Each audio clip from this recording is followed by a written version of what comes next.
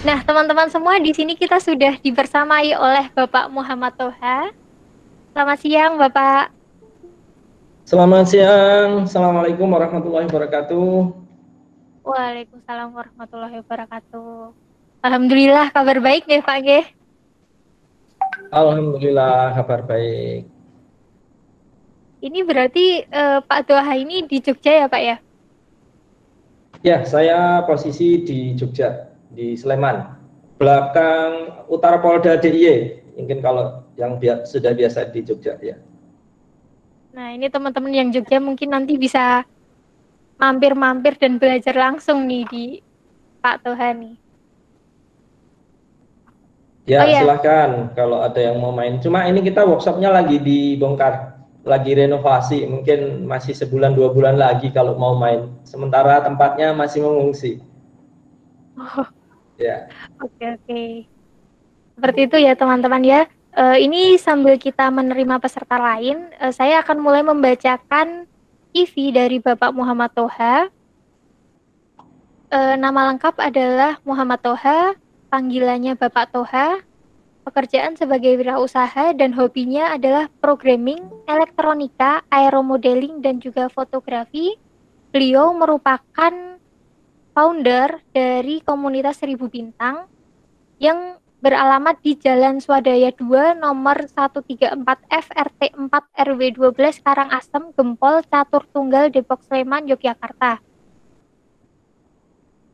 Nah, kemudian untuk kegiatan usaha dari Pak Toha ini yang pertama ada percetakan Seribu Bintang, toko online elektronika jogja.com, jasa foto udara dan pemetaan, kemudian ada bengkel antena,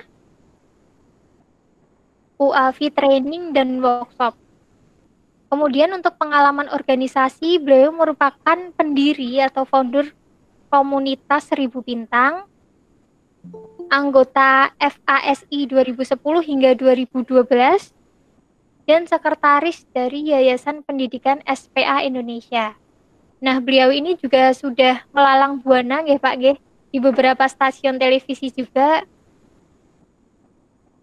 Salah satunya pernah diliput juga di Trans 7, di Laptop Si Unyil, kemudian di Antv juga, di Metro TV, di Eagle Award 2010, kemudian di Kick and di Show, kemudian ada di SCTV Liputan 6, Jogja TV, Net TV, Kompas TV, Indosiar, ICI Tau TV dari Kanada.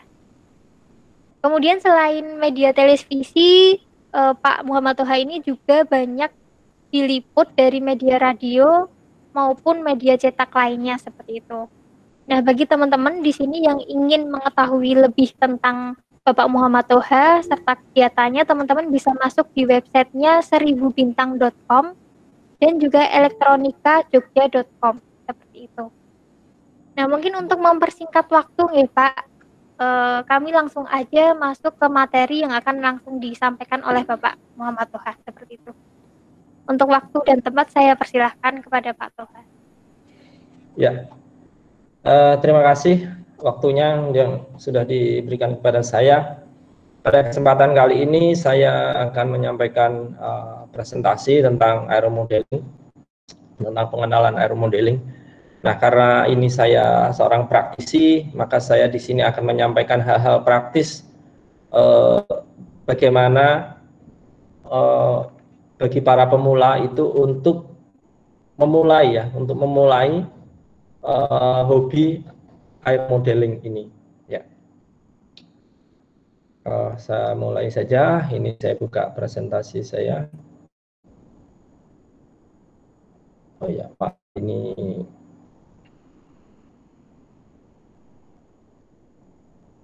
sebentar, ini Corelnya belum mau kebuka. Begitu. Jadi mungkin sambil cerita dulu, ini sepertinya filenya belum mau dimunculkan.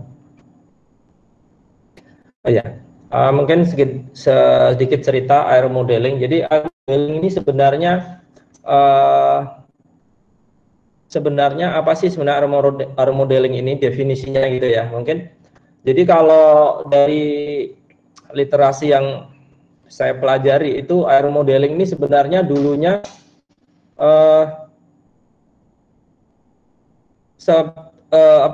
satu bidang yang digunakan untuk mempelajari desain pesawat ya. Jadi pesawat terbang berawak itu awalnya dimulai dari aeromodeling, dan aeromodeling ini setahu saya dulunya dari bidang militer ya, dari militer. Ini maaf, ini ternyata file saya belum mau dibuka. Ya. Jadi awalnya dari dunia militer. Jadi sebelum pesawat itu dibuat modelnya dulu, kemudian dicoba di terowongan udara, kemudian dicoba diterbangkan menggunakan radio kontrol. Nah, ketika itu teknologi modeling itu belum seperti secanggih sekarang. Jadi kalau sekarang kan mungkin untuk membuat pesawat terbang itu modelingnya sudah banyak dilakukan menggunakan komputer ya, simulasi komputer. Nah, di dahulu itu untuk membuat desain pesawat itu dibuat modelnya itu berupa pesawat model. Bapak mohon maaf, mungkin bisa saya bantu untuk share screen-nya? Oh iya. Bisa disetting dulu. Oh ya, untuk teman-teman di sini mungkin bisa say hi ya. Ini kira-kira dari kota mana aja yang ikut webinar kali ini, sambil menunggu Pak Toha untuk share screen. Ya. Bisa chat di kolom chat di sini. Dari Lombok hadir, dari Bekasi, Surabaya, wah banyak banget. Dari Lampung, dari Aceh juga ini Pak Toha. Oh iya.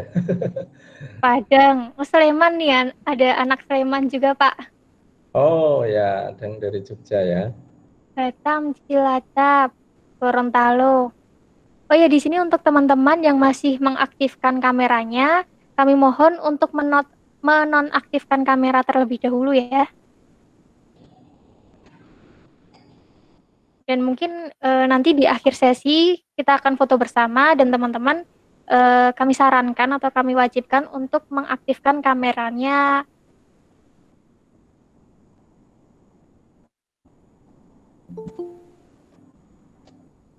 Belum bisa nggak Pak? Sebentar, ini saya coba geser ke screen 2. Ya, sepertinya sudah bisa. Apakah sudah? Oh, belum terlihat ya? Belum tertampil Pak. Belum ya. Atau mungkin bisa logout dulu terus kemudian masuk lagi. Kayaknya tadi udah bisa nih Pak. Kita coba itu. Iya, ini kayaknya udah bisa. Alhamdulillah. Sudah sudah kelihatan ya? Oke Pak. Ya. Jadi tadi melanjutkan kita mulai lagi Pak. Bisa saya lanjut lagi ya? Ini saya lanjutkan lagi. Jadi aeromodeling itu kalau dulu itu seperti halnya internet dan GPS, aeromodeling itu dulu juga bidangnya dari militer. Jadi dulu aeromodeling itu bukan hobi. Jadi mungkin satu bidang yang memang khusus mempelajari model pesawat yang kemudian nanti setelah sukses dibuat modelnya itu akan dibuat aslinya, ukuran aslinya seperti itu. Nah, sama juga dengan internet. Dulu internet itu juga hanya dipakai di dunia militer untuk jaringan komunikasi di militer Amerika terutama ya, waktu itu memang ini awalnya dari Amerika. Begitu juga GPS. GPS itu dulu juga hanya digunakan di dunia militer. Nah, seiring berkembangnya teknologi, akhirnya teknologi ini berkembang menjadi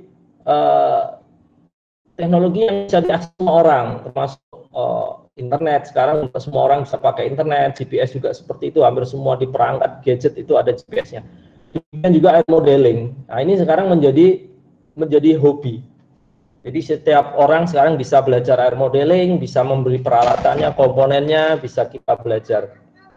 Nah, air modeling yang paling sederhana mungkin ya kita bisa mulai dari pesawat kertas. Nah, seperti ini ya, paper plane atau pesawat kertas seperti ini. Nah, kemudian kalau kita yang lebih apa namanya, lebih menantang lagi, mungkin bisa menggunakan radio kontrol. Ya. Nah, ini pesawat pertama saya. Jadi tahun 2007 itu pertama kali saya kenal air modeling.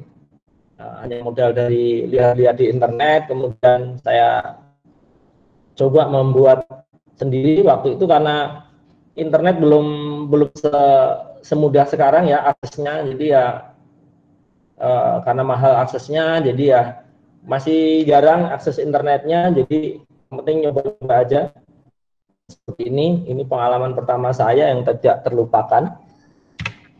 Nah, selanjutnya nanti kalau teman-teman mau memulai pesawat air modeling, itu bisa dimulai dari pesawat glider yang lebar seperti ini, atau OHLG ya lebih populernya, on hand launch glider.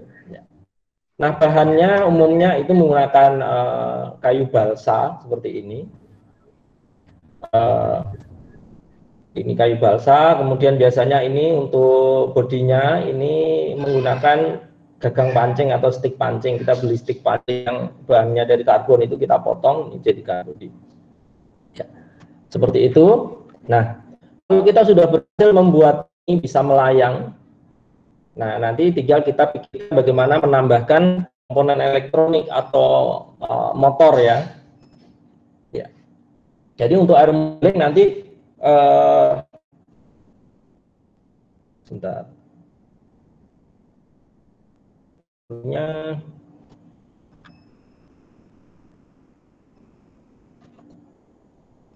Bisa dibantu apakah layarnya? Sudah terlihat, Oh ya, Bapak. lanjut ya. Tadi sepertinya terputus. Ya. Jadi untuk pertama kita bisa mulai membuat pesawat glider ya. Bahannya bisa kayu balsa atau bahan dari gabus atau polyfoam juga bisa. Ya. Lanjut. Nah, misalnya kita mau beli, ini juga di pasaran banyak dijual bentuknya seperti ini. Ini jadi belum ada elektroniknya ya. Ini hanya dilempar saja. Tapi nanti kalau misalnya kita menginginkan menambahkan komponen elektronik, itu juga bisa. Ini bisa ditambahkan komponen elektronik yang kita apa namanya, mungkin kita cari sendiri. Bisa menggunakan komponen, biasanya kalau teman-teman ini modifikasi pesawat yang model seperti ini nanti dipasang komponen drone yang kecil itu ya, apa quadcopter yang berapa itu 150 ribuan, itu nanti dipasang di sini bisa. Ya. Atau mungkin juga bisa mulai dari ini namanya berpower plane. Jadi ini pesawat air modeling yang menggunakan tenaga karet. Jadi ini di sini ada karet, Ini kalau kita putar, nanti karetnya ini kan menyimpan ini ya putarannya ini ya. Jadi melintir, jadi diputar, nanti kalau sudah penuh putarannya dilepas, dia akan berputar. Berputar nanti dia terbang. Nah, nanti bisa dicari juga di YouTube banyak ini apa namanya tutorial bagaimana membuat pesawat tenaga karet atau rubber power plane. Nah, ini satu contoh komponen elektronik untuk membuat pesawat RC yang paling sederhana. Ini bahannya bisa menggunakan apa namanya polyfoam atau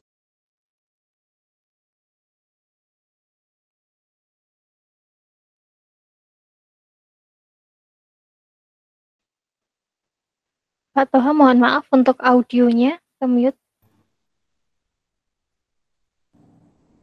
sudah ya. Iya, sudah, Pak. Saya lanjut lagi. Jadi ini contoh pesawat RC yang paling sederhana.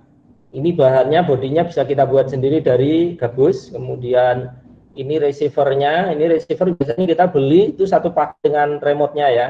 Kemudian ini ada baterai, kemudian ini ada servonya untuk motor. Ini ada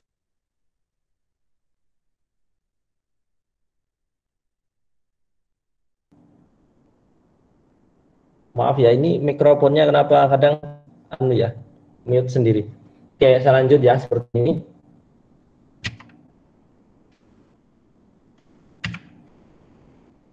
Nah, bisa juga kita membuat pesawat air modeling ini dari bahan ini apa namanya, polyfoam. Polyfoam ini sebenarnya sejenis styrofoam tapi dia lebih padat. Jadi kalau di Jogja itu biasanya dibeli di toko dekorasi gitu ada.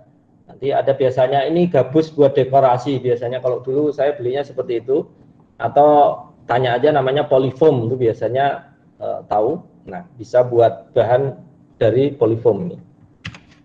Nah, nah ini salah satu contoh desain untuk membuat pesawat air modeling yang sederhana.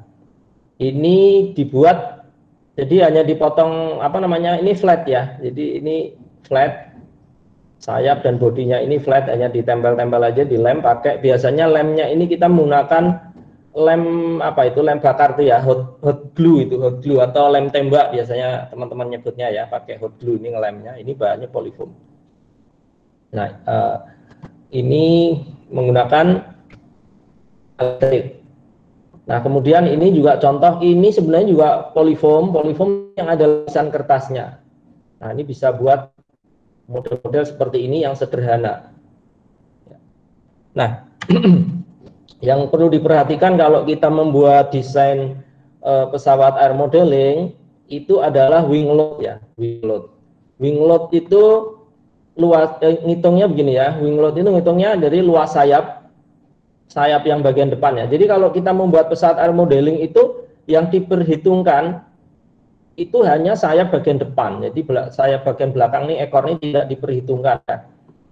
Maksudnya kalau untuk wing load ini hitungnya hanya sayap depan. Ini sayap depan, luas sayap, jadi rentang sayapnya ini, panjang sayap kali lebarnya, kemudian dibagi massa.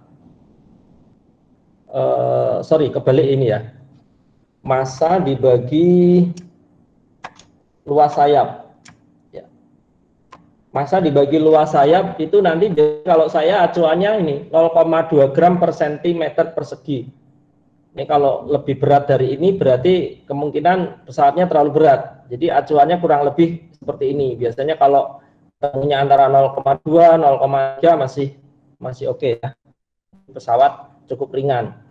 Nah, wing load ini hitungnya masanya ini, beratnya atau massa ini ditimbang dalam kondisi sudah terpasang semua komponennya ya, motor sudah terpasang, kemudian servo, baterai, receiver, semuanya pokoknya sudah siap terbang, itu ditimbang nanti terus kemudian dibagi luas sayapnya. Kalau ketemunya kurang lebih antara ini 0,2 gram per sentimeter persegi itu sudah cukup layak untuk diterbangkan. Nah, ini contoh lagi sederhana, ini dengan rangka apa ini ya, mungkin bisa dengan bahan stick atau bambu gitu, mungkin ditempelin kertas, bisa juga seperti ini. Saya juga pernah membuat yang seperti ini ya. Nah, kalau standarnya untuk pesawat RC atau pesawat aeromodeling itu kurang lebih seperti ini. Kontrolnya ada aileron, kemudian ini aileron yang warna hijau ini ya, kiri kanan ini aileron. Ini fungsinya untuk kontrol untuk rollnya, untuk mengendalikan kemiringan pesawat, untuk miring kiri, miring ke kanan. Kemudian di sini ada elevator, ini fungsinya untuk naik dan turun. Kemudian ada rudder itu untuk belok kiri dan kanan. Nah, pesawat ini bisa mau berbelok itu menggunakan aileron atau menggunakan rudder atau kombinasi dua-duanya. Artinya kita bisa berbelok dengan aileron plus rudder atau aileron saja atau rudder saja. Kemudian untuk untuk sticknya di remote ini, jadi kiri dan kanan seperti ini. Jadi kalau ini sticknya dimajukan, di pesawatnya turun. Ya, nanti yang kalau ini digerakkan ya, maju mundur ini stick yang sebelah kanan itu nanti elevator yang belakang ini yang naik turun. Jadi kalau ini didorong ke depan, pesawatnya akan nukik ke bawah. Jadi kalau ini saya tarik ke belakang sticknya, dia akan nukik ke atas. Ini kalau sticknya diarahkan ke kanan atau ke kiri, dia menggerakkan aileronnya ini, roll. Jadi dia Kalau di sticknya ke kanan, maka dia pesawatnya akan roll ke kanan atau miring ke kanan. Kemudian kalau di roll digerakkan ke kiri, dia akan miring ke kiri. Kemudian di sini ada yaw atau rudder ya. Kalau ini digerakkan ke kiri, belok kiri, kalau ke kanan, ke kanan. Nah, kemudian untuk throttle ini kalau ke atas, dia motornya akan berputar penuh. Kemudian kalau digeser ke bawah, mentok dia motornya akan mati. Jadi dia akan motornya akan berputar secara proporsional sesuai dengan gerakan sticknya. Nah, kemudian untuk ini ya, untuk remote sendiri itu ada modenya, itu ada pilihannya, ada 4 mode. Mode 1, mode 2, mode 3, mode 4. Jadi RC stick mode ini kalau ibaratnya itu kayak mobil, itu ada setir kiri, ada setir kanan ya. Jadi kalau di Indonesia itu mobil itu setirnya setir kanan. Mungkin kalau di Eropa itu setir kiri gitu ya. Kalau di aeromodeling pun juga sama. Jadi ada ini gasnya itu, throttle-nya atau gasnya itu ada yang di kiri, ada yang di kanan. Nah, seperti ini. Nah, kalau di Indonesia atau di Asia umumnya itu dia modenya mode 2. Mode 2 itu berarti gasnya di kiri, terus kemudian pitch roll-nya ada di kanan, yaw-nya di kiri. Ya. Seperti itu. Jadi misalnya kita mau main di mode 1 ya bisa aja, cuman nanti ketika kita terbiasa dengan mode 1, terus kemudian kita bergabung di komunitas yang kebanyakan menggunakan mode 2, nah itu problemnya nanti kita nggak bisa minjem pesawat teman kita karena modenya beda. Mungkin kita biasa nyetir di kiri, setir di kanan akan bingung. Demikian juga sebaliknya. Jadi kalau di Indonesia sebaiknya kita membiasakan diri untuk menggunakan mode 2. Nah, kemudian kalau kita mendesain pesawat, itu yang perlu diperhatikan adalah ini ya, jenis airfoilnya. Jadi kalau airfoil ini jenisnya ada banyak sebenarnya, ini hanya contoh aja beberapa. Airfoil ini menentukan karakter dari pesawat. Jadi yang paling banyak digunakan itu yang atas ini ya. Ini yang namanya flat bottom. Ini bottom cement. Ya. Nah, ini yang paling banyak itu yang paling atas, ini yang paling paling stabil untuk digunakan. Nah, kalau yang bawah ini biasanya untuk pesawat aerobatik.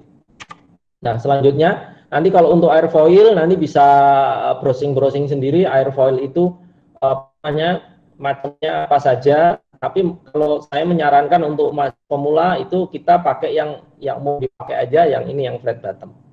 Nah, selanjutnya yang perlu diperhatikan itu adalah, ini kalau kita lihat dari sisi samping ya, pesawat itu kira-kira seperti ini. Nah, yang perlu diperhatikan adalah titik berat.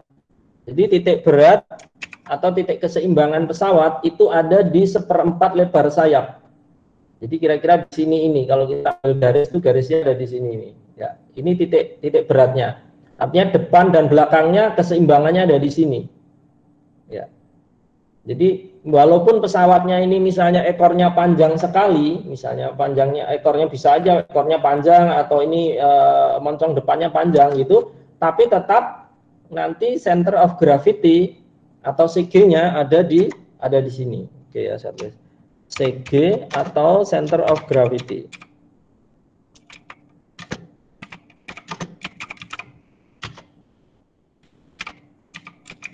Ya. Jadi CG atau center of gravity ini penting sekali.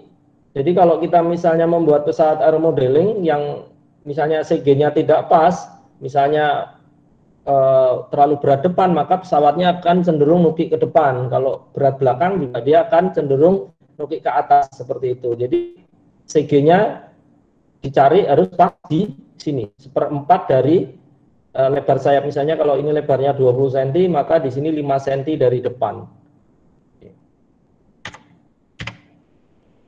Nah, buat teman-teman yang ingin memulai aeromodeling atau mau belajar aeromodeling, itu bisa dimulai dari yang sederhana, yang ada sebenarnya yang lebih murah dari ini. Kalau ini harga di pasaran itu sekitar 600 ribuan ya, 600 ribuan. dan menurut saya ini sudah sangat bagus untuk harga segitu. Mungkin kita kalau mau cari itu harga yang lebih murah ada sebenarnya, cuma saya sayang nanti dari sisi fungsi terus fitur-fiturnya itu kurang lengkap ya. Tapi kalau dengan yang ini ada FlySky FSI 6, FlySky FSI 6 seri ini yang paling fiturnya lengkap dan harganya relatif murah. Ya. Komponen-komponen yang lain yang perlu dibeli selain apa namanya remote, ada radio kontrolnya, kemudian kita perlu beli servo. Untuk servo kita memerlukan setidaknya 3 buah. Jadi aileron, kemudian elevator, rudder 3. Atau sebenarnya kalau mau kiri kanan misalnya aileronnya kiri, aileron kanan itu servonya beda juga, berarti kita butuh paling tidak 4 servo. Ya. Nah ini tergantung desain pesawatnya. Biasanya kalau saya sendiri menggunakan 3 buah servo. Berarti kita cukup beli 1 buah remote dan 3 buah servo. Kemudian motor, ya motor itu kita bisa mulai menggunakan yang seri ini A2212 1400 kV. Nah kemudian ESC-nya bisa menggunakan ini cari merek apa saja, cari yang 1 ampere, ya mereknya apa saja. Ya, kemudian untuk propeller ini kita bisa menggunakan propeller yang 8 sampai 9 inch ya. 8 sampai 9 inch. Ya. Untuk propeller bisa dipakai antara ini ya 8 sampai 9 in, 8,5 atau 9 in. Oke. Nah, untuk baterainya mungkin tadi saya lupa ada baterai ya. Itu kalau untuk baterai jadi ini wiringnya kira-kira seperti ini. Kemudian untuk baterainya itu bisa menggunakan baterai antara 1000 sampai 1500 mAh 3 sel ya. 3 sel. Ya. Untuk wiringnya sendiri kurang lebih seperti ini. Wiringnya kurang lebih seperti ini. Jadi ini motor. Terus kemudian ESC. Nah biasanya karena tadi motor yang kita gunakan itu motor brushless, kabelnya itu ada 3 ya. Kabelnya ada 3. Nah kabel sebenarnya kalau untuk kabel motor ke ESC ini tidak ada kutub positif negatifnya karena dia 3 fase ya. Dia AC 3 fase. Jadi nanti kabelnya itu boleh dipulak-balik. Nah nanti tinggal dilihat putarannya. Kalau misalnya putarannya ingin kita putar balik, artinya putarannya dibalik, tinggal ditukar aja kabelnya, salah satu ditukar. Jadi nanti kalau mau membalik putaran motor ini tinggal kabel ini salah satu ditukar posisi. Bisa merah dengan biru atau biru dengan hijau atau hijau dengan merah, bebas. Asal ada yang dibalik dia akan berputar terbalik. Ya. Kemudian ini ESC seperti ini sambungannya, ESC nanti ke receiver. Oh sorry, ini sambungannya salah ya. Ini harusnya baterai itu nyambungnya ke ESC. Nah ini harusnya ke ESC. Ya seperti ini ya sambungannya. Jadi motor kemudian ESC, ini baterai plus minnya masuk ke ESC, kemudian ESC nanti ada kabel lagi, kabel servo atau kabel ini untuk signalnya ke receiver. Dari receiver nanti ada outputnya lagi ke servo. Nah, servonya bisa servo aileron, elevator, rudder. Ini biasanya standarnya ada 3 ini. Ya. Ya. Mungkin dari saya sebagai pembukaan seperti itu. Dari peserta mungkin ada yang ingin bertanya, saya persilahkan.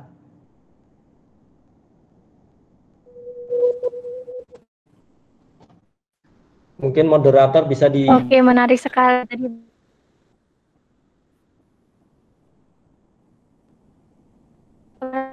Ya tadi sampai materi dari Bapak ini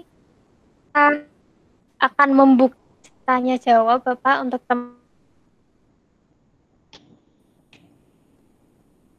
pertanyaannya sedang kami tuliskan sebentar. Ya, kayak Suaranya pesawat agak terputus. aeromodeling yang model seperti ini biasanya pasiennya untuk apa aja nih Pak Gimana? selama ini? Untuk pengaplikasiannya Bapak. Kalau air modeling sendiri sebenarnya kan lebih ke hobi ya, lebih ke hobi. Jadi ya aplikasinya untuk apa namanya, untuk hiburan. Biasanya kalau di air modeling ya kita hiburan. Ya kalau mau aplikasi yang lain ya sebenarnya banyak itu. Misalnya kalau di air modeling nanti kalau yang penting bisa terbang dulu ya, yang penting bikin dulu bisa terbang dulu. Nah setelah terbang nanti baru kita bisa tambahkan fitur-fitur yang lain, misalnya dipasang kamera atau yang lain seperti itu. Tapi kalau ditanya fungsinya apa ya lebih ke hobi ya, hobi. Tapi bagi yang tertarik dunia apa namanya teknologi, ya ini sebenarnya hobi dan bisa juga untuk belajar teknologi, terutama teknologi dirgantara seperti itu. Berarti untuk perlombaan seperti itu biasanya juga mereka produk bikinan sendiri ya Pak? Tergantung lombanya ya. Kalau lomba, tapi kalau lomba yang umumnya itu memang kebanyakan peserta bikin sendiri. Terutama kalau yang lomba yang nasional itu ada namanya KRTI.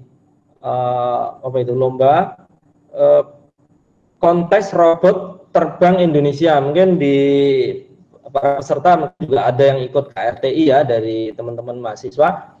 Nah itu biasanya mereka juga membuat desain sendiri frame-nya, atau mungkin memang dari panitia menyarankan itu membuat desain sendiri ya, seperti itu. Tapi biasanya kalau KRT yang sekarang memang kayaknya semuanya sudah ada kameranya, jadi memang ada misinya itu yang dilombakan misalnya untuk mapping dan sebagainya itu.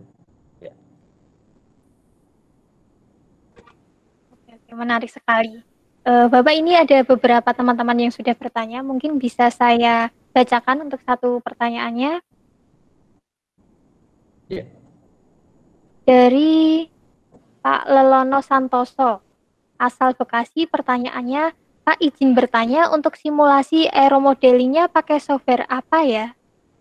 Monggo Bapak bisa bantu untuk dijawab.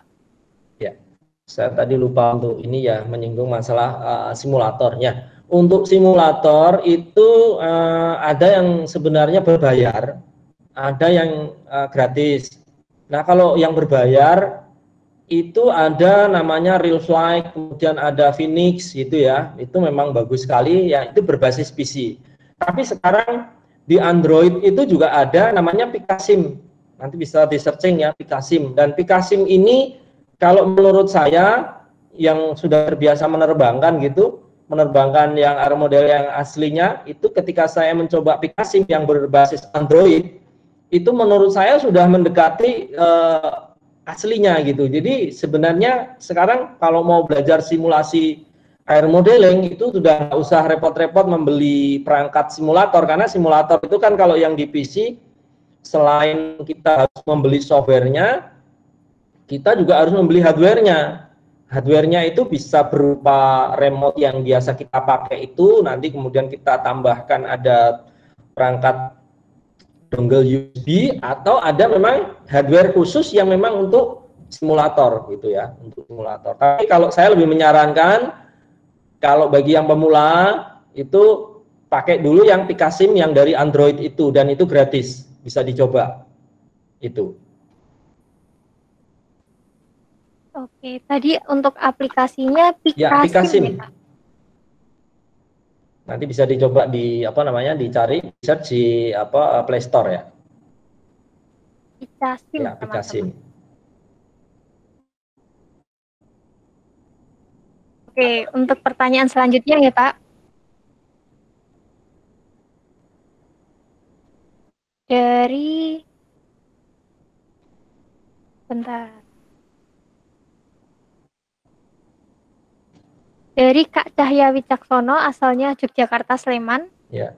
Untuk pertanyaannya, accelerometer dan giroskop biasanya pakai apa ya, Pak? Oh iya, jadi kalau kita bicara air modeling sebenarnya kita nggak ada menggunakan akselerometer ataupun giroskop gitu ya.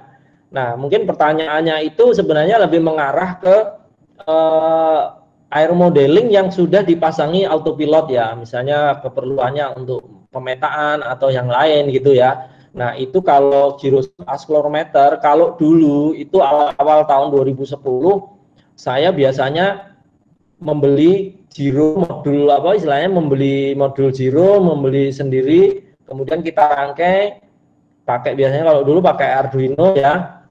Tapi untuk saat ini sebenarnya kalau kita mau merakit sendiri, beli sensor sendiri, dirakit pakai pakai board Arduino, itu jatuhnya nanti biayanya terlalu mahal, terlalu mahal. Nah, kalau saya lebih menyarankan membeli board yang sudah siap pakai. Kita pertama nggak usah mikirin bikin softwarenya atau coding sendiri, kita bisa membeli board yang sudah banyak dijual di pasaran, itu dia sudah siap pakai. Jadi open source, kalau kita mau coding sendiri bisa. Kalau mau misalnya menggunakan firmware yang sudah open source yang bisa tinggal download, tinggal di flash, itu ada banyak. Nah, mungkin yang paling populer dengan fitur-fitur yang paling lengkap, kalau saya menyarankan kalau mau menggunakan Accelero Giro itu, kita bisa mulai dengan ArduPilot. Nah, ArduPilot sendiri itu ada banyak tipenya. Itu yang mungkin yang paling murah itu ArduPilot Mega atau APM ya, populernya APM. Ada APM, kemudian di atasnya APM nanti ada PixHawk. PixHawk sendiri nanti ada beberapa varian, tapi kalau mau ya untuk pemula bisa dimulai dari APM. Itu harganya board yang sudah lengkap, itu ada sensornya, sudah ada akseleronya, ada gironya, ada barometrik sensornya, itu harganya hanya sekitar 400 ribuan, 400 ribu. Kalau kita beli akseleronya sendiri, gironya sendiri, barometrik sendiri, nanti board Arduino-nya sendiri, itu jatuhnya mungkin bisa sampai 1 jutaan. Ya, itu dari cukup 400 ribu, itu sudah tinggal di flash aja, nanti tinggal cari tutorialnya di internet, bagaimana cara memprogram atau flash firmware-nya ArduPilot. Ya, itu ya mungkin jawaban dari saya. Oke, jadi sudah terjawab ya untuk Kak Cahya Wicaksana. Oh ya Pak, ini saya akan menginfokan sedikit untuk teman-teman. Nah, untuk teman-teman di sini bisa share kegiatan ini di sosial media teman-teman dengan cara capture atau foto kegiatan webinar ini. Kemudian jangan lupa untuk di-upload di Instagram Story maupun di Facebook dengan mention kami di @indopod.co.id, dan mungkin juga bisa mention di Facebooknya Pak Toha ya Pak, Muhammad Toha. Jadi untuk mendukung kegiatan ini, teman-teman bisa share kegiatan ini agar untuk kegiatan kedepannya kita bisa melaksanakannya lagi seperti itu. Dan kami juga membuka donasi seikhlasnya untuk mendapatkan rekaman ulang webinar kali ini, dan untuk mendukung juga agar acara ini selalu terselenggara setiap minggunya seperti itu. Jadi jangan lupa untuk share juga ya teman-teman kegiatan ini. Dan saya akan membacakan satu pertanyaan lagi ya Pak ya. Ya. Di sini tadi ada dari Kak Solihul, asalnya Jogja. Saran buku untuk pemula Pak, gitu. Untuk yang ingin belajar aeromodeling untuk pemula. Iya. Pertanyaannya apa tadi? Saran buku untuk pemula. Saran buku untuk pemula. Nah, ini sebenarnya kalau untuk aeromodeling buku ada banyak ya. Cuma saya sendiri belum baca, jadi karena selama ini aeromodeling itu tidak rumit ya menurut saya. Syaratnya mudah, gabunglah di komunitas terdekat. Tapi kalau saran saya itu yang paling mudah, mulailah coba bikin glider lempar yang tadi saya udah perlihatkan tadi di presentasi saya. Itu ada pesawat pesawat dari gabus atau dari balsa itu yang dilempar itu. Kalau itu bikin sudah bisa melayang, seperti kita bikin pesawat kertas itu udah bisa dilempar, udah bisa melayang, itu sebenarnya tinggal nambahin elektroniknya saja sudah selesai. Itu. Kalau elektroniknya sendiri mungkin sekedar gambaran ya.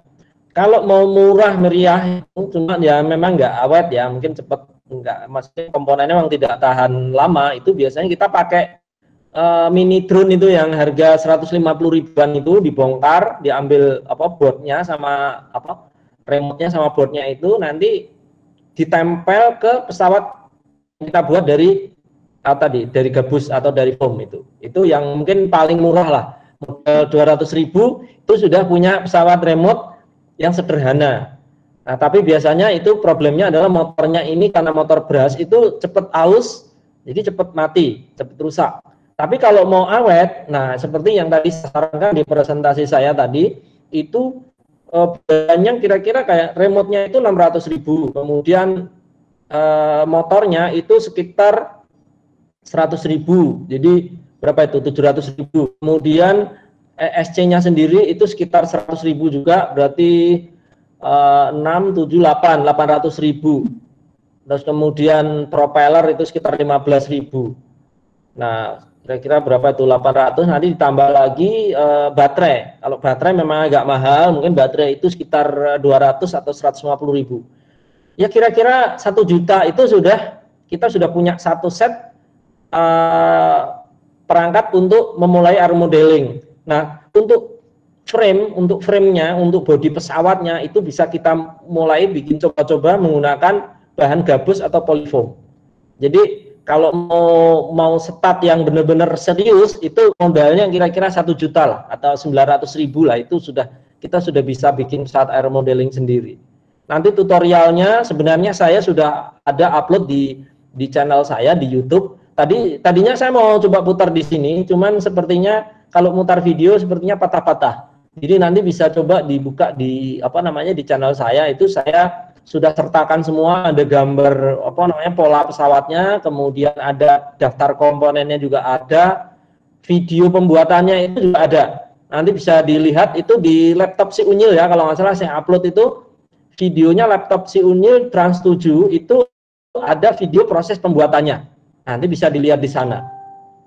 Kira-kira itu. Saya yakin dengan nonton itu bisa, karena banyak yang curhat ke saya, kontak saya, nelpon gitu, Pak, kita udah bisa bikin pesawat, terima kasih sudah, itu saya ikut video-videonya Bapak di YouTube sudah bisa bikin. Nah ini saya ingin menyampaikan bahwa hanya dengan modal nonton video itu pun sebenarnya sudah bisa bikin. Ya itu.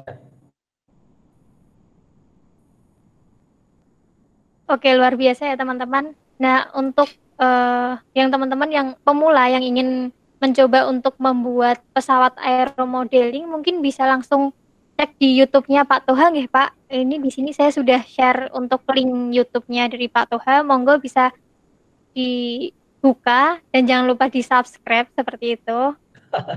Nah, ini tadi juga jawaban pertanyaan tersebut juga menjawab pertanyaan dari Kak Bayu Putra Pak. Budget minimal untuk membangun aero modeling ya. Sekitar 1 nah, itu juta tadi gitu. Sudah terjawab tadi. Itu kira-kira 900.000 itu sudah dengan spek yang menurut saya sangat bagus ya. Untuk 900.000 itu sudah spek sangat bagus.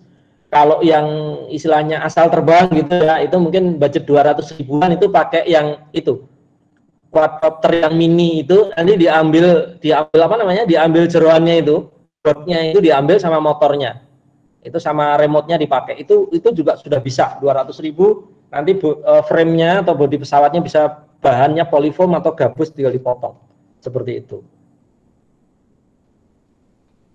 Oke, menarik sekali. Mungkin untuk join komunitas Bapak bisa di-share beberapa komunitas yang Bapak ikuti juga. Ya.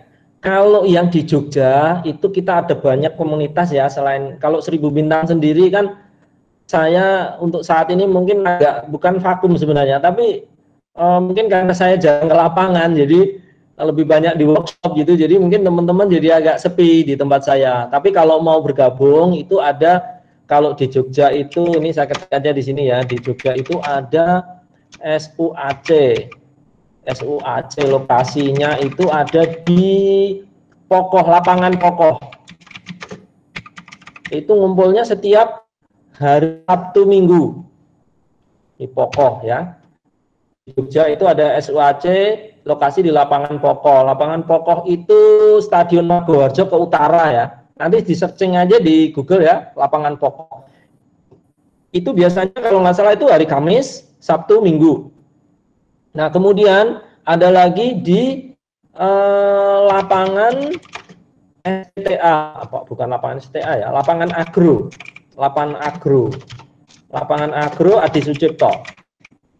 Jadi di Adi Sucipto sana di Lanut itu ada disediakan apa namanya lapangan khusus aeromodeling, namanya lapangan agro. Nanti di searching aja di Google, itu biasanya hari Minggu ada banyak ngumpul di sana. Kemudian ada di daerah Bantul itu ya, kalau di Bantul itu ada di lapangan apa namanya Sultan Agung, lapangan Sultan Agung ya. Nah, mungkin teman-teman bisa bergabung ke komunitas-komunitas terdekat untuk belajar lebih dekat seperti itu. Nanti kalau mau belajar virtual dengan saya ya bolehlah WA saya, boleh. Saya biasa juga banyak yang diskusi nanya-nanya lewat WhatsApp, boleh silakan. Atau mau komen di apa namanya di YouTube saya itu boleh juga, nanti komen-komen di sana nanti bisa saya jawab di sana. Ya. Oke, nah ini untuk teman-teman yang Jogja ini bisa langsung join untuk komunitas-komunitas berikut. Nanti akan kami bantu untuk tuliskan di link komen ya. Oh, sudah dituliskan. Iya. Bapak Toha, oke. Oke, untuk pertanyaan selanjutnya ya Pak, dari Kak Rian, asal Pangkalan Kerinci Riau. Pertanyaannya, cara menentukan daya dorong pesawat untuk bisa terbang bagaimana ya Pak? Ini pertanyaan teknis ya Pak. Ya, boleh. Jadi gini, prinsipnya kalau tadi wing load ya, kalau saya tuh patokannya itu aja, buat orang pemula itu kalau saya patokannya wing load. Wing loadnya itu 0,2 gram per centimeter persegi, itu wing loadnya. Kalau dengan wing load 0,2 gram per centimeter persegi itu sudah cukup untuk pelayanan. Nanti untuk tenaga dari motornya sendiri itu biasanya minimal itu minimal 60% dari bobot pesawat. Jadi kalau bobot pesawatnya itu misalnya berapa tuh? Misalnya 500 gram. Ya, misalnya pesawat 500 gram, maka tenaga motornya itu setidaknya 60 gramnya itu berarti berapa itu ya? 60%-nya ya. Kira-kira 50 atau 60% bisa. Ya. Jadi kalau bobotnya 500, tenaganya setidaknya itu 50 gram. Ya, kira seperti itu. Nah, untuk mengukur biasanya ada yang bertanya, gimana cara mengukur tenaga motor? Nah, biasanya kalau saya itu menggunakan timbangan, apa namanya, timbangan digital. Mungkin ini aja saya ilustrasikan di sini. Jadi kalau ini timbangan digital tuh motornya diletakkan di atas timbangan digital, terus nanti baling-balingnya itu diarahkan ke atas, Nah, pada saat baling-balingnya posisi masih belum diputar, itu nanti timbangannya itu dinetralkan, dinolkan ya, itu di zero dulu. Setelah dia udah zero, baru kemudian motornya diputar penuh, putaran penuh. Jadi kalau digas penuh sampai dia kan nekan ke ini ya, ke timbangan. Nah, ini dibaca berapa tekanannya, nekan berapa. Misalnya terbaca di situ 250 gram. Artinya kalau dia terbaca 250 gram itu berarti tenaga motor itu 250 gram. Cara pengukurannya sederhana seperti itu. Nah, biasanya ada yang gini, ada yang nyoba bikin aeromodeling, pesawat aeromodeling itu menggunakan motor dari motor dari Tamiya. Nah, seringkali itu tidak berhasil terbang. Itu kenapa gitu ya? Jadi karena gini, motor Tamiya itu lumayan berat. Sedangkan tenaga yang dihasilkannya itu kadang tidak lebih dari bobot motornya. Jadi misalnya contoh nih, motor Tamiya itu bobotnya kira-kira 50 gram atau 60 gram. Bobot motor Tamiya itu 50 gram, tenaga yang dihasilkan itu biasanya tidak sampai 50 gram. Nah, berarti secara teknis ini sudah tidak mungkin. Tapi kalau kita menggunakan motor brushless yang tadi seperti yang saya tunjukkan, itu motor yang tadi saya tunjukkan tadi itu daya angkatnya itu bisa sampai sekitar 1 kilo. 1 kilo. Dan biasanya dengan motor itu kita bikin pesawat yang bobotnya hanya sekitar 400 sampai 600 gram. Jadi dengan bobot 600 gram, dengan tenaga motor 1 kilo, nah itu tentu saja ini sudah berlebih. Bahkan sebenarnya kalau pesawat ini dipegang terbang vertikal pun bisa. Jadi dia bisa digas itu bisa terbang lurus ke atas. Karena tenaganya sudah lebih besar daripada bobotnya. Tapi kalau misalnya menggunakan motor yang lebih kecil atau powernya lebih kecil, itu minimal itu 60% dari bobot pesawat. Kira-kira seperti itu. Ya. 60% dari bobot pesawat itu sudah bisa terbang. Tapi itu pas-pasan. Tapi kalau misalnya kita menggunakan motor yang bobotnya sama dengan beratnya pesawat, misalnya berat pesawat 500 gram, kemudian tenaga motornya 500 gram, itu sudah nyaman untuk diterbangkan, seperti itu. Ya. Oke. Berarti tetap ada perhitungannya ya Pak. Oh ya, ini kalau saya ada pertanyaan pribadi sebenarnya Pak. Ya. Sekarang kan di Jogja baru musimnya layangan ya Pak. Ya. Layangan yang besar-besar itu, apakah itu juga ada pengukurannya sendiri seperti itu Pak? Maksudnya membuat layangan? Iya, itu kan setidaknya kan juga aeromodeling tapi versi berbeda gitu ya Pak. Ya kalau layangan sebenarnya tergantung anginnya. Jadi sebenarnya kalau layangan kalau mau dihitung, saya sendiri belum mempelajari secara teknis ya layangan. Tapi kalau kebetulan saya juga suka bikin layangan ya. Jadi kalau layangan itu sebenarnya tergantung anginnya. Layangan yang berat kalau anginnya kencang tetap terbang gitu. Karena kalau layangan mengandalkan angin. Ya layangannya makin berat, otomatis butuh. Jadi ada hitungannya wing load tetap ya, wing load ya, bobot, terus kemudian dibagi luas layang-layangnya itu.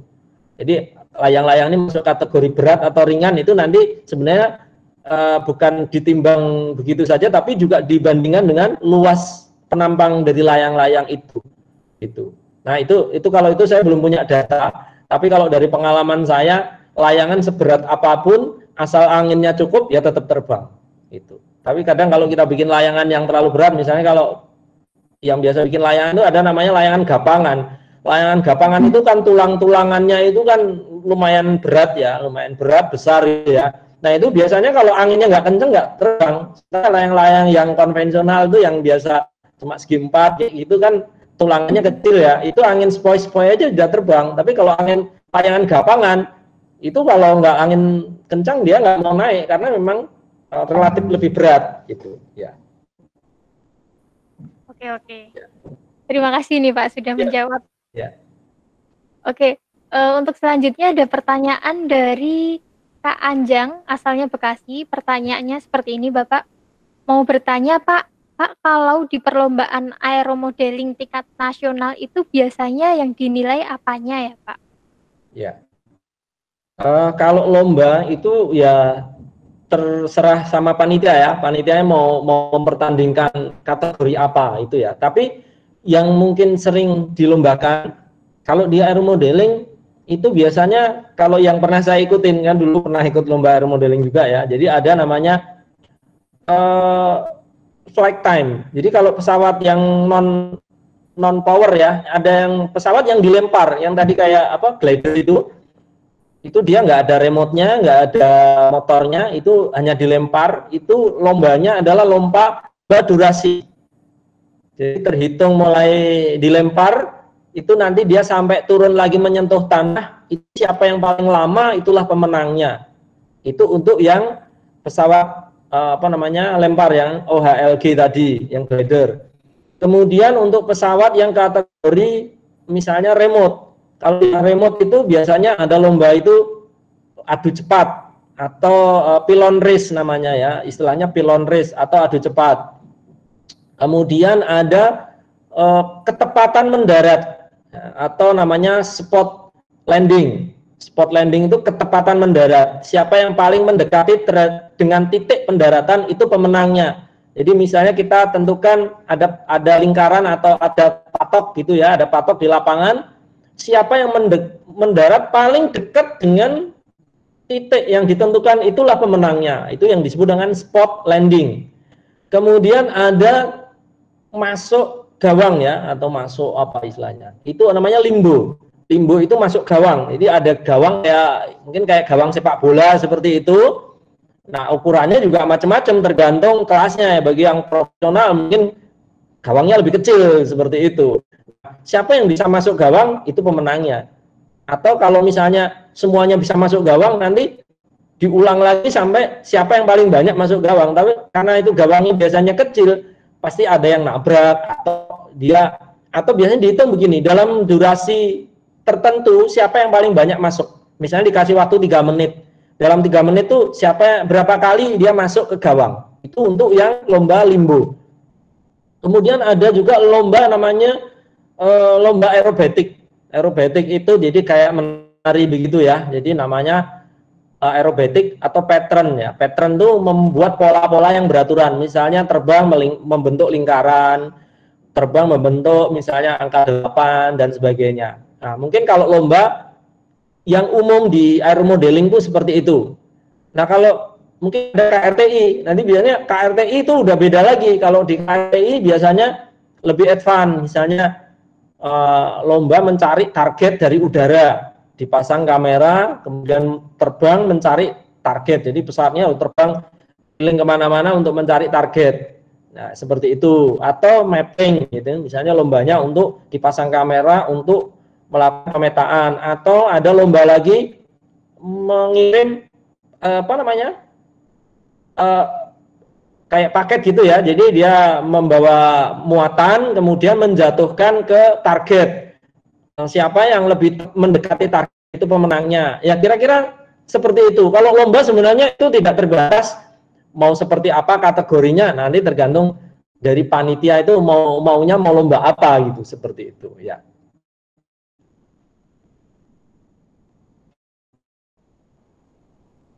Oke, terjawab ya ini untuk pertanyaan yang tadi teman-teman. Mungkin kalau untuk saat ini kayak pas pandemi gini, apakah ada lomba-lomba seperti itu juga, Bapak? Sejauh ini saya belum mengetahui ya. Selama pandemi ini sepertinya memang banyak perlombaan yang sudah dijadwalkan, tapi sepertinya di pending dulu atau mungkin ditunda ya, seperti itu. Kalau selama pandemi saya belum memantau ada lomba-lomba seperti itu. Oke. Mungkin sambil menunggu pandeminya kelar ya teman-teman nih bisa mulai dari sekarang belajar aeromodeling seperti itu ya Pak mungkin. Ya. Nah, ini untuk pertanyaan selanjutnya Pak dari bentar.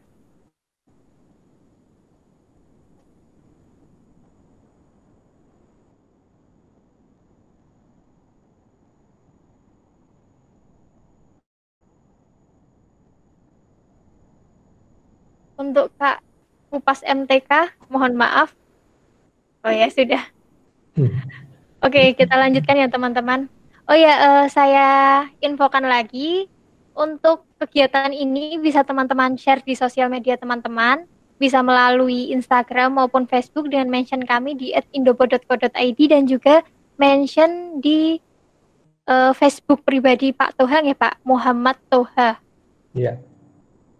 Dan teman-teman juga bisa mendukung acara ini agar dapat terselenggara setiap minggunya. Dan jika teman-teman ingin mendapatkan video playback rekaman untuk webinar ini, teman-teman juga bisa melakukan donasi seikhlasnya melalui link saweria.co/indopod seperti itu. Nah, langsung kita lanjut untuk pertanyaan berikutnya. Ini dari Kak Yonanta, asalnya Jogja. Pertanyaannya seperti ini, Bapak. Apakah jenis baterai untuk UAV itu khusus, misal NICC atau LI? Karena saya pernah mengganti baterai UAV, arusnya seperti kurang kuat, jadi motornya lemah. Pertanyaan teknis. Monggo Bapak. Kalau untuk baterai itu hampir semuanya untuk pesawat aeromodeling itu menggunakan baterai lithium ion atau lithium ion polimer. Jadi ada dua tipe yang biasa dipakai, itu lithium ion dan lithium ion polimer. Nah, untuk penggunaan baterai selain itu sepertinya sudah tidak ditemukan. Mungkin awal-awal aeromodeling itu dulu tahun 2010 saya masih sering menemukan untuk pesawat aeromodeling itu menggunakan baterai NiMH atau NiCd ya, itu ya, nikel magnesium dan nikel kadmium. Nah, untuk saat ini hampir semua yang ada di pasaran itu sudah menggunakan lithium ion polimer atau lithium ion, seperti itu. Oke, mungkin sudah terjawab ini untuk pertanyaan Kak Yunanta. Saya lanjut lagi ya Pak. Ini dari Bapak Muhammad Lukman Hadi. Ini beliau selalu mengikuti kegiatan kami Pak kebetulan. Ya. Guru SMK Elektronika SMK Negeri 1 Sukorejo. Pertanyaannya seperti ini Pak. Bagaimana tips agar anak didik kita tidak nervous atau grogi atau memiliki mental yang tangguh saat perlombaan seperti itu? Ya, ya kalau dari pengalaman saya, kalau dulu tahun 2010 sampai 2015-an itu saya sering membimbing pelajar atau mahasiswa ikut lomba gitu ya. Kalau saya motivasinya ya jangan ditarget gitu. Yang penting jalanin aja, menang kalah itu nggak masalah gitu. Karena kalau sudah ditarget biasanya ya pasti semuanya grogi. Artinya ketika ditarget itu artinya dia punya beban mental bahwa kalau saya kalah nanti saya mungkin akan dimarahin, saya akan istilahnya mungkin akan dibully dan sebagainya. Nah, itu harusnya dihilangkan. Jadi kalau kita ikut lomba ya ikut aja, menang kalah itu urusan nanti, seperti itu. Tapi kalau sudah dibebani target-target, itu pastilah siapapun akan grogi atau nervous gitu ya. Mungkin itu aja sih kalau saya. Jadi dari awal itu biasanya kalau saya bimbing, pokoknya ini mau ikut lomba, siap kalah nggak, seperti itu. Kalau siap kalah, oke, mari kita lanjut. Tapi kalau nggak siap kalah, ya jangan, mendingan nggak usah, nanti daripada nanti tidak siap mental, seperti itu. Kalau saya memotivasinya seperti itu, artinya siap kalah dulu. Itu menang itu udah urusan nanti lah gitu ya. Oke, siap. Sudah terjawab nggih ini untuk Pak Lukman Hadi. Kemudian di sini ada pertanyaan dari Muhammad Iqbal, asalnya Surabaya, Bapak. Pertanyaannya seperti ini, apa yang membuat Pak Toha tertarik mendalami ilmu aeromodeling gitu? Mungkin ini flashback ya, Pak? Iya.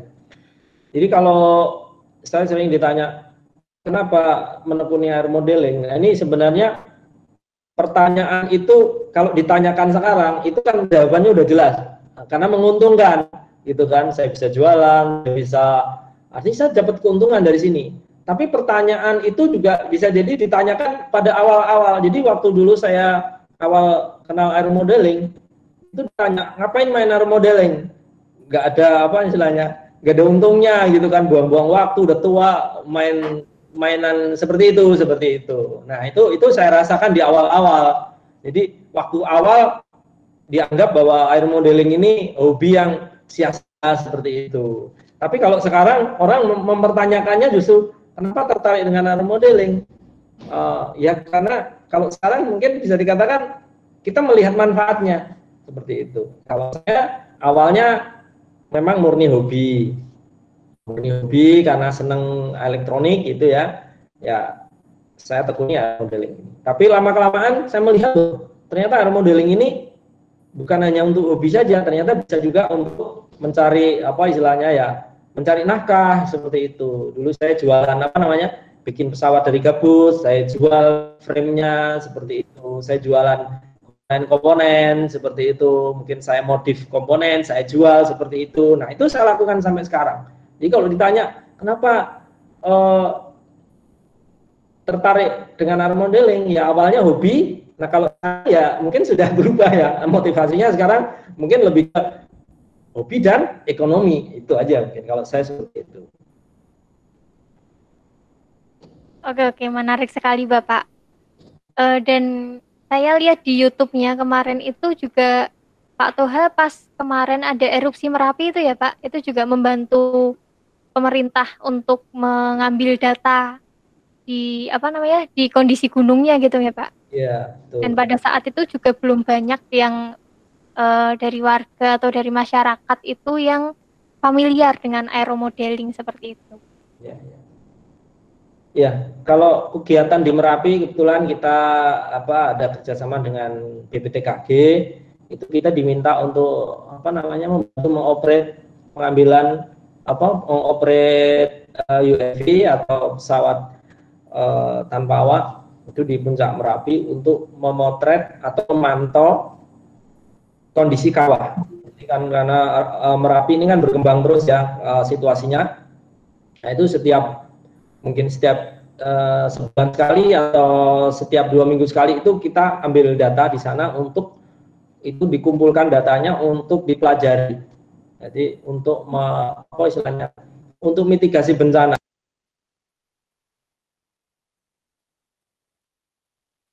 Mohon maaf Bapak, ke mute. Ya. Oke. Jadi misalnya terjadi mau terjadi letusan atau mau jadi ada longsoran itu udah bisa diprediksi sebelumnya dengan data-data yang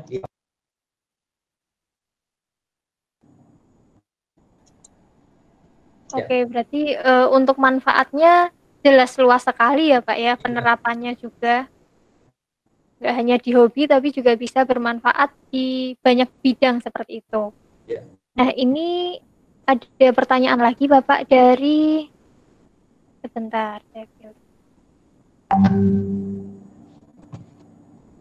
Dari Iqbal Muhammad, mohon izin bertanya bagaimana perkembangan OAV militer di Indonesia dan dunia menurut Bapak untuk saat ini? Iya, kalau UAV militer itu sepertinya kita nggak punya akses ya ke sana ya. Artinya kalau kita melihat ya hanya dari sisi luarnya saja. Artinya sudah menjadi produk digunakan ya mungkin itu pun hanya lewat media-media misalnya televisi atau yang lain ya. Tapi kalau secara teknologi ya kita hanya bisa meraba-raba aja, kita nggak tahu teknologinya seperti apa gitu ya. Itu kalau yang militer. Tapi kalau yang yang non militer itu mungkin ya sedikit banyak tahulah kita ya. Jadi ini kalau yang militer yang jelas kita nggak bisa punya akses ke sana, kita hanya melihat dari sisi luarnya teknologinya seperti yang mungkin sering kita lihat di media. Tapi kalau yang non militer itu Indonesia termasuk yang mungkin perkembangannya sangat cepat untuk UAV ya, UAV yang non militer. Itu Indonesia termasuk perkembangannya sangat cepat. Nah, banyak mungkin kalau kita lihat itu produsen-produsen UAV itu ada di Bandung, Jogja, mungkin Jakarta, itu yang mungkin paling banyak seperti itu. Oke, terjawab ya teman-teman untuk pertanyaannya.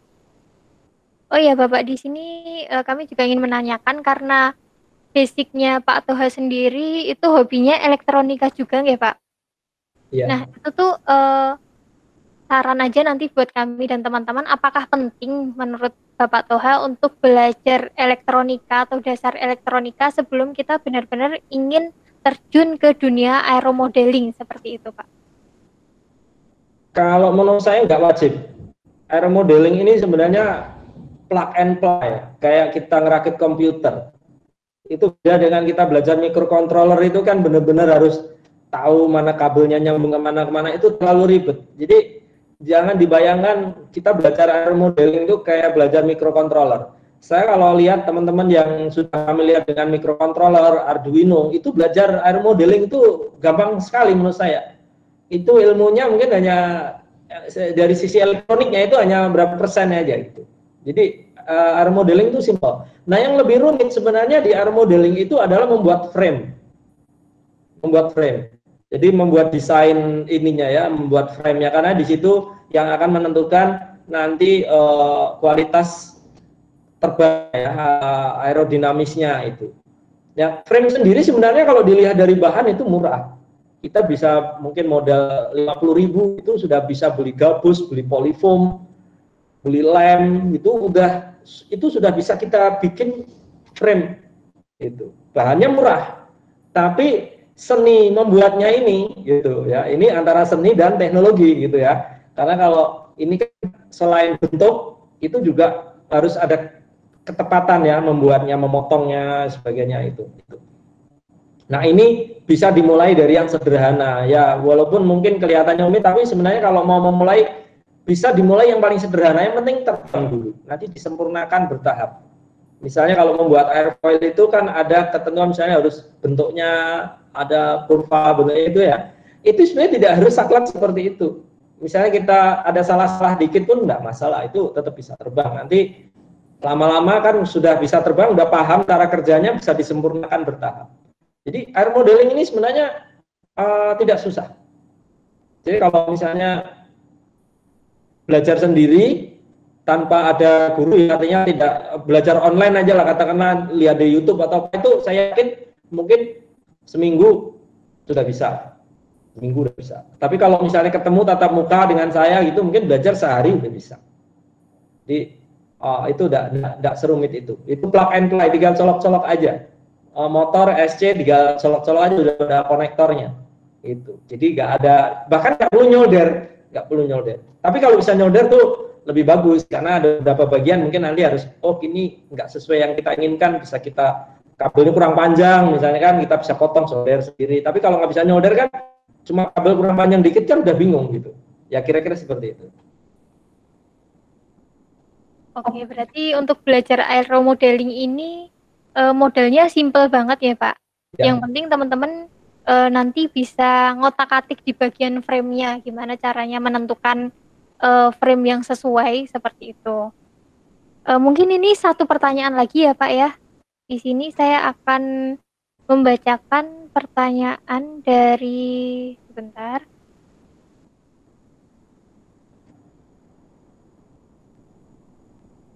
Dari Kak Mumtaz Rahmawan. Mohon maaf, mau bertanya, sistem drone penghancur dalam aeromodeling itu bagaimana, Pak? Waduh, ini saya juga belum tahu maksudnya apa ini. Drone sistem penghancur aeromodeling itu seperti apa ini? Saya juga... Siapa tadi yang bertanya? Mumtaz Rahmawan, Bapak. Mumtaz Rahmawan. Paling akhir. Sistem drone penghancur dalam aeromodeling itu bagaimana? Waduh, saya sepertinya belum punya jawaban. Oke. Terlalu imajiner ini, kalau saya jawab saya juga belum tahu seperti apa ya. Gitu. Iya. Saya pilihkan satu pertanyaan lagi.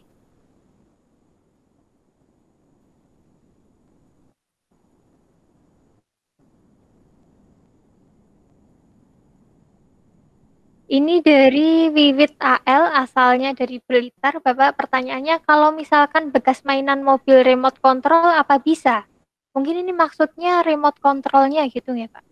Iya, betul. Nah, itu sebenarnya pertanyaan itu sama waktu dulu saya pernah kenal pertama aeromodeling, itu pikiran pertama saya juga teringat, itu mobil-mobilan remote itu bisa nggak kita manfaatin remote dan boardnya itu ya, receivernya sama motornya itu bisa nggak? Nah, jadi gini, dari pengalaman saya itu tidak berhasil.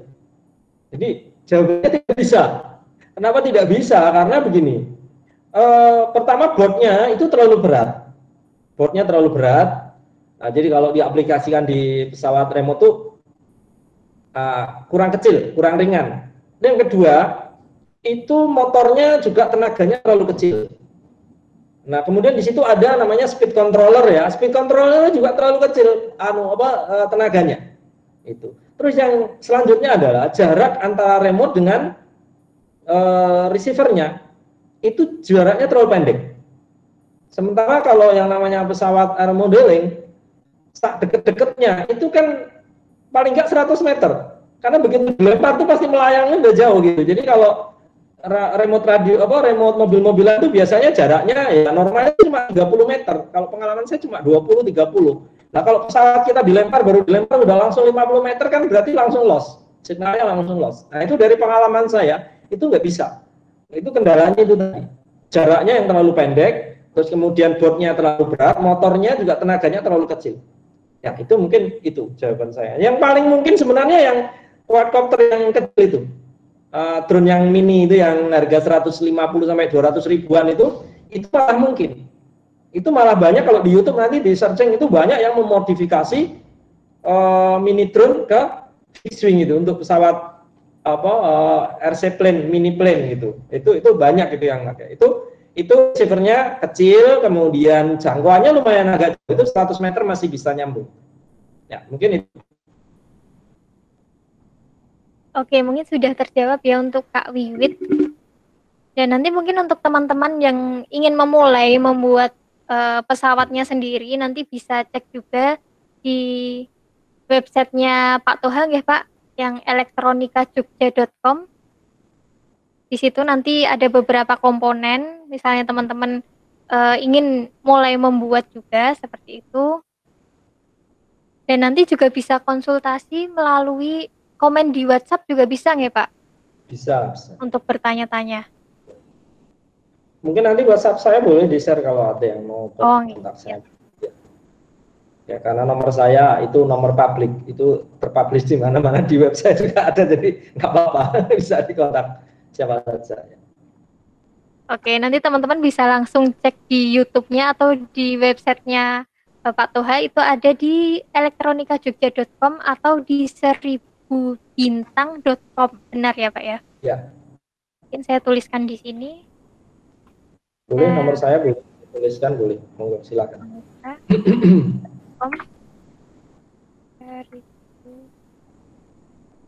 bintang.com.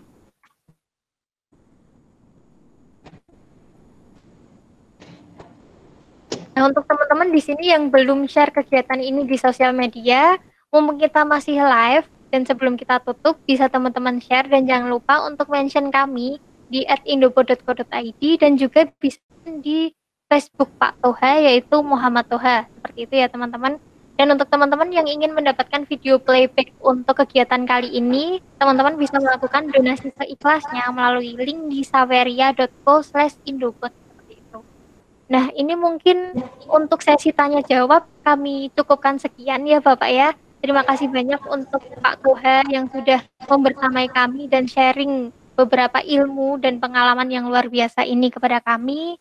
Dan sebelum kita tutup, mungkin kita akan foto bersama dulu. Jadi untuk teman-teman, monggo untuk menyalakan atau mengaktifkan kameranya karena kita akan foto bersama.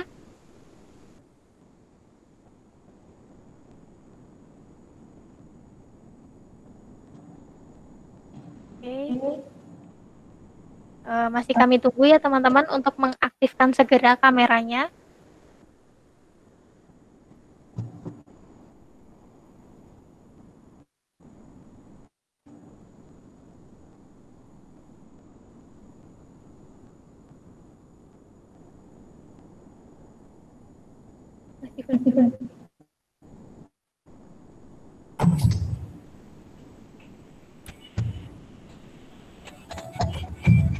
Halo, Pak. Masih ada beberapa teman-teman yang belum menyalakan.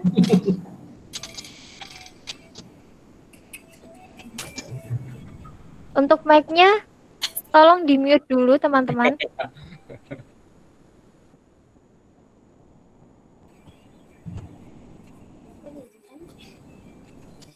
Suruh matiin.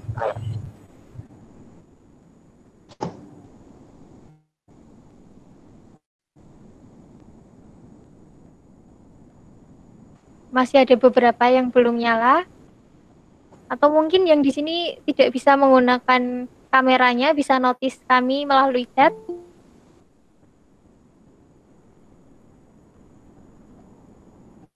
Ya, semua ya.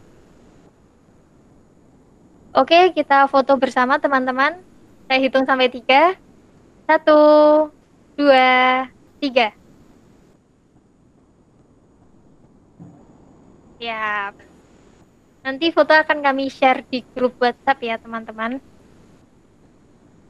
Kamera error, oke. Ada beberapa teman-teman yang di sini tidak bisa menyalakan kameranya. Dan sekali lagi terima kasih untuk Pak Toha atas ilmunya yang hari ini. Semoga kita bisa sharing-sharing lagi untuk kegiatan lainnya atau kesempatan lain mungkin nggih Pak, atau mungkin kami juga jika diperkenankan main ke workshopnya ini karena deket ya Pak ya. Boleh, monggo. Siapa saja boleh main ke sini. Mantap, mantap. Oke, terima kasih juga untuk teman-teman yang sudah berpartisipasi dalam kegiatan kita siang hari ini, dan kami juga masih membuka donasi seikhlasnya melalui link saweria.co/indobot untuk teman-teman yang ingin mendapatkan video playback kegiatan kita pada siang hari ini. Dan jangan lupa juga untuk share, jadi teman-teman di sini bisa capture lagi kegiatan ini dan share di sosial media kami seperti itu. Sekali lagi terima kasih. Saya tutup kegiatan kita kali ini. Wassalamualaikum warahmatullahi wabarakatuh. Waalaikumsalam. Waalaikumsalam warahmatullahi wabarakatuh.